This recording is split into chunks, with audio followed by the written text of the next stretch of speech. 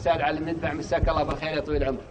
الله يمسك بالعافيه ويا هلا، وفرصه سعيده جدا انه نحضر هذا المهرجان في هذا المقر الحلو الجميل في قصر الملك عبد العزيز الله يرحمه. آمين. ويخلي لنا ان شاء الله قادتنا وقائد مسيرتنا خادم الحرمين الشريفين ابو متعب الملك عبد الله الله يطول عمره، وولي عهد الامين والنائب الثاني ورجال حكومتهم. والله يديم علينا الامن والامان في اجزاء مملكتنا الحبيبه والوطن العربي كله ان شاء الله. امين الله كريم، بارك الله فيك استاذ علي. وحنا سعداء اول شيء لزيارتك لمحافظه الدوادمي انت والاخوان اللي معك، ايضا زيارتكم لمهرجان الخريف، وكذلك لتقديمكم المسرحيه اللي نتمنى باذن الله ان تنال اعجاب الجمهور، وحنا متاكدين من هذا ان شاء الله. حنا يعني بكره على موعد ان شاء الله حنقدم المسرحيه، والحقيقه ودنا نقدم اكثر واكثر واكثر، ودنا نقيم مع يعني طيله المهرجان، يعني ودنا جايين من اول يوم ونقعد الى اخر يوم، لكن عاد ظروفنا العمليه هي اللي تمنعنا ما نقدر هنا. بس المسرحيه ان شاء الله بنقدمها وتعجبهم ان شاء الله. ان شاء الله. اسمح لي اخذ الاستاذ حمد المزيني. استاذ حمد مساك الله بالخير. مساك الله بالرضا والعافيه، يا هلا والله مرحبا. الله يحييك والاخوان معنا في هالمجلس الطيب بوجودكم. الله يبقيك الله يخليك. الحقيقه انا سعدت جدا وتفاجات عندما زرت هذه المدينه الطيبه، طيبه اهلها طبعا، وشاكر لهم جدا حسن الاستقبال، استقبالنا انا وزملائي. الحقيقه فرصه سعيده، ونعدهم غدا ان شاء الله ان نقدم لهم مسرحيه تعجبهم بشاءة الله إن شاء الله. أبي أرجع لك بعد، أنت عندك سر آخر بذيع للجمهور، ولكن بعد ما أخذ الأستاذ سعد. وش هو السر؟ عسى وش دراك؟ أستاذ سعد مساك الله بالخير. سعد الصالح، يا هلا وسهلا فيك. الله يحييك. يا هلا وسهلا. أرحب فيك باسم أهالي الدوادمي وباسم الأخوان اللي معي في هالمجلس. يا هلا وسهلا يا هلا وسهلا. أنا فعلا تفاجأت بهالديرة الحلوة، وهذه أول مرة يعني أجي الدوادمي، فعلا تفاجأت بأهلها الطيبين. وكذلك أشكر قناة الأماكن لأني أول مرة يعني أجلس عند شعراء. العادة عند حقين مسرح، وهذا الحين ما أدري أنا وش أقول، لاني بعرف الشعر ولا أعرف وش أقول. عطنا مقطع تمثيلي بس. أقول لهم مرحبا بكم، يا هلا وسهلا فيكم. يا هلا وسهلا. يعطيك أستاذ حمد. سم طال عمرك. أنا أقول السر اللي وصلني الحقيقة، وحاولت إني آخذ معلومات أكثر عنك، انك تكتب ابيات شعريه، يعني يمكن اقول شاعر تقول لا. مو لدرجه اني اكون شاعر، يعني هي محاولات الحقيقه، ومحاولات بسيطه جدا. يعني انا ما اسمي نفسي شاعر، ولكن اذا تبي اسميك ما عندي مانع. لكن ايه تسمعني، لكن خلي المايك معك طال عمرك. سم. لكن انت كاتب المسرحيه؟ لا اللي كاتبها الاستاذ سعد المدهش ومخرجها طبعا. سعد كاتبها ومخرجها. نعم. جميل. طيب بما انك تكتب الشعر، هل الشعر اللي تكتبه في قالب كوميدي او يدور حول يعني مثل المسرحيه دائما، او شعر جاد؟ والله لا، شعر جاد، وتقدر تقول انا مركز على الغزل يعني شوي. ما شاء الله لو عليك. رغم اني كبير بالسن لكن لا زال قلبي اخضر. يمكن انت محبوب، لذلك ترد المحبه بشعر. والله تقدر تقول يعني. يعطيك العافيه. الله يعافيك استاذ، الله يطول عمرك، الله يرضى عليك. بنسمع الله يعطيك العافيه. والله وردتني انت. لا قل يعني انا صاير بين شعراء ما شاء الله فطاحله يعني، وشعراء معروفين الحقيقه، فما ادري اخاف انهم ينتقدوني، ولكن ابى احاول انه اقول بعض الشيء. نعم. طبعا في مقطوعه قديمه جدا انا قلتها وانا عمري 20 سنه عشان ما حد يشرح علي. قبل 5 سنوات يعني؟ لا قبل 40 سنه مو 5 سنوات. طبعا القصيده هذه قلتها وانا صغير. نعم. فعشان ما حد يشرح علي الحين بحس ان هذا يقول غزل وهذا ايه.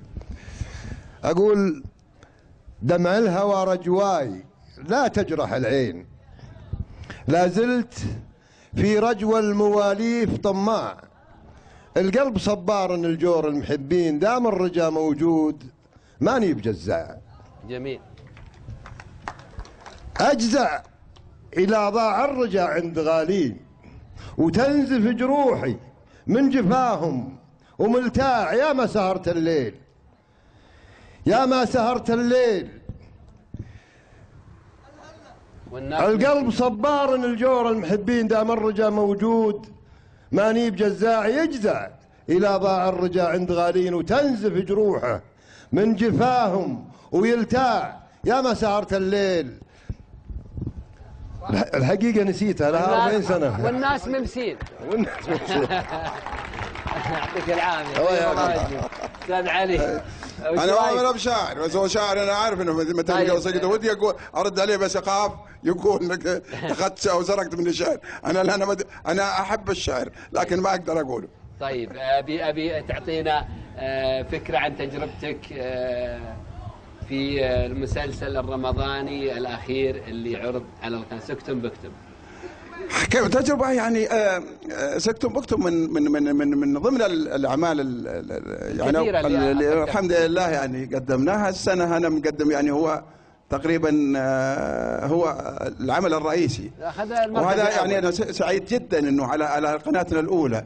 أنا مقدم في غشامشم على دبي، عندنا طال عمرك أيضا شيكات ما شفتوها، عندنا طاش أيضا شاركت في عدد من حلقاته، لكن وعندنا طال عمرك شوربة وخل ما أدري شفتوها ولا ما شفتوها، اللي هو الكرتوني حلو وجميل جدا. جميل.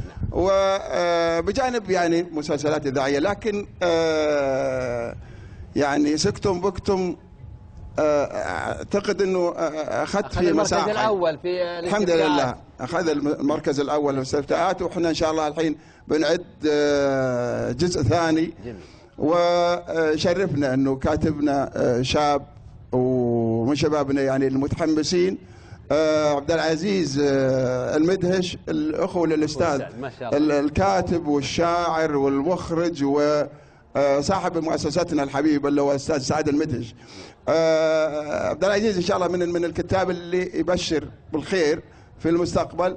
وإحنا ارتحنا فعلا يعني تعبنا لما صورنا هذا العمل. تصويرنا بالعمل هذا قعدنا فيه أكثر من 75 يوم، وفي أيام الحر وفي أيام مرت علينا، وفي نفس الحارة اللي احنا نصور فيها يمكن درجة الحرارة وصلت إلى أكثر من 55 درجة. جميل. والحمد لله العمل وصل ورضينا يوم يرضى الناس. راح التعب ونسيناه، ونتمنى إن شاء الله نقدم سكتم بكتم أحسن وأحسن وأحسن، وعندنا أعمال ثانية وكاتبها الأخ سعد، وإن شاء الله حتشوفونها وتعجبكم بإذن الله. أنت كونت مع مناحي اللي هو الأستاذ فايز المالكي ثنائي جميل الحقيقة، ودخلت قلوب الناس حقيقة. يعني الله وفقنا، هذا توفيق رب العالمين. الحمد لله. يعني أنا جاي كلنا خايفين وكلنا داخلين شبه تعدي، والنص حلو، المخرج حلو، الكاست أو يعني الجروب كله جميل والحمد لله وفاهمين بعض.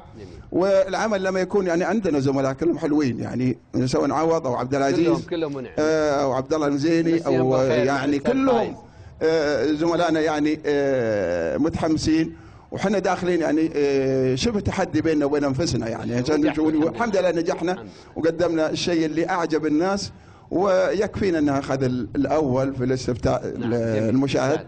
والحمد لله رب العالمين، وابشروا ان شاء الله بالخير ان شاء الله. احنا عندنا عمل حلو وجميل جدا ان شاء الله يرى النور تشوفونه، غير سكتم بكتم يعني هذا كاتبها الرجل وجاهز الحين كله الحين هناك على الورق، وننتظر التعميد قريب جدا ان شاء الله. يعطيكم العافيه وشاكرين الحقيقه، واتمنى لكم التوفيق دائما ان شاء الله.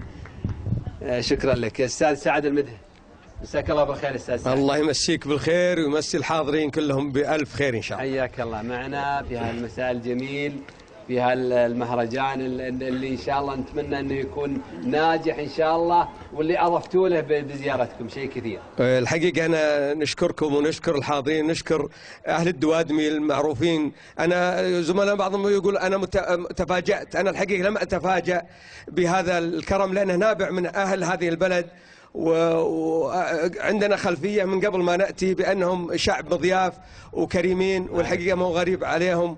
فأشكركم وأشكر القناة الأماكن على هذه الدعوة. تسلم الله، يعطيك العافية. احنا ما بدنا نتكلم لأن الأخوان تكلموا عن المسرحيات وعن بعض المسلسلات. احنا نتكلم عن الشعر. أنت أيضا أنا سمعت أنك شاعر وتكتب قصائد جميلة، ودنا نسمع منك قصيدة قبل ما ننتقل لأخوان الضيوف. نعم، اليوم الجو جو شاعري الحقيقة. نعم.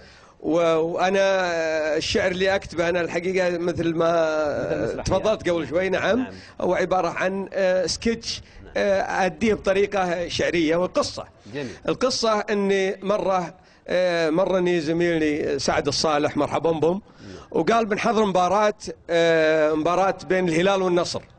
طبعا أنا أشجع الهلال ويشجع النصر، تهيضوا، فقال خاويك ونروح نشوف المباراة. أنا الحقيقة عادة أحب أشوف المباراة في التلفزيون، لأول مرة حضر في الملعب، لكن أقنعني ورحت أنا وياه الملعب وحصل التالي. الحقيقة بقول الشعر اللي حصل. جاني صديقي ظهرية قال اركب عجل علي، نحجز محل ممتاز وفي أبطه قطعة زولية. قلت اخبرني وينك رايح؟ قال مباراة الرسمية. قلت انتظرني دقيقة، وطلعت ثياب متسوية وشخصت وصرت أحسن واحد وحطيت أطياب عطرية، ثم اسرعنا يم الملعب يمكن نمشي فوق 100، ثم جلسنا في الملعب وكل يشجع ناديه، وانا يدي في مرزامي خايف تخرب ذا الشخصية. وبعد لحظة من جلستنا جاء جول وشكة وفنجية، كل دلة يزبد يصفر يرجم بالبيبسي والمية. جيت انظر من يفعل هذا لوجهي جته زبيرية، وتضرب في خشمي ليتسنه رطبت بسمنت موطية، والثوب تشقق من الزحمة واصبح من الزحمة صديرية، ونعالي الله يكرم الحاضرين اليمنى ضاعت، واصبحت بوحدة فردية، ورمي عقالي وسط الملعب والغترة ويا الطاقية، واصبح شكلي برا الملعب تسني دجاجة مشوية. وسلامتكم. شكرا.